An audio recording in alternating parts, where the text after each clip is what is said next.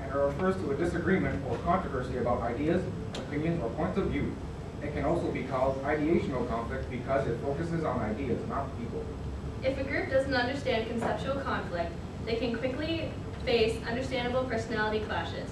That's why this type of conflict is encouraged, because a group is more likely to arrive at a good solution by considering a variety of ideas. Groupthink is a word used to describe uncritical thinking by a group.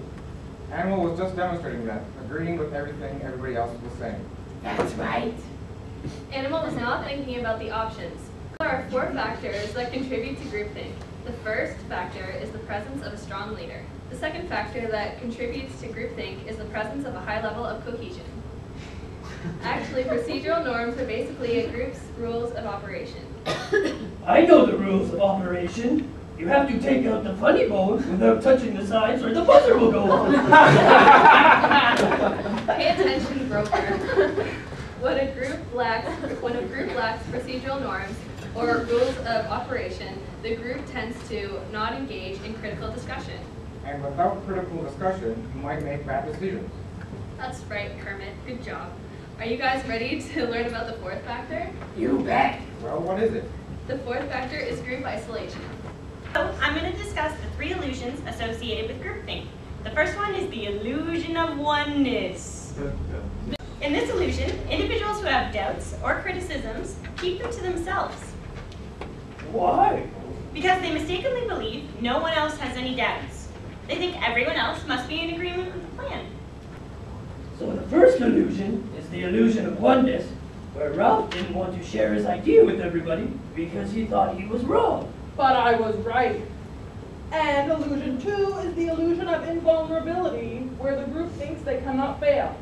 Da-na-na-na, da-na, da-na, can't touch this. Right, Ralph.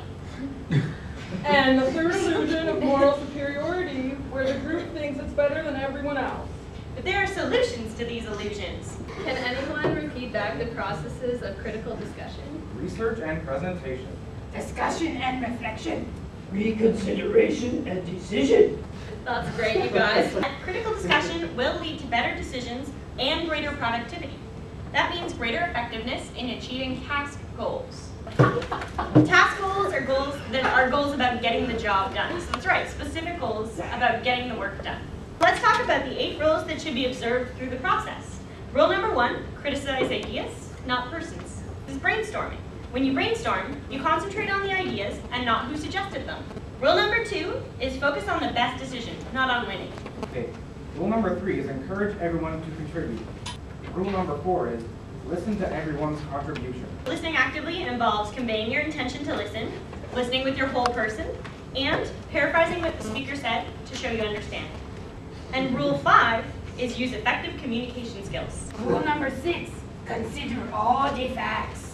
Move on to rule 7, understand all points of view. You guys have done great with these rules, but there is one more to cover. Change your mind if the facts dictate. You guys are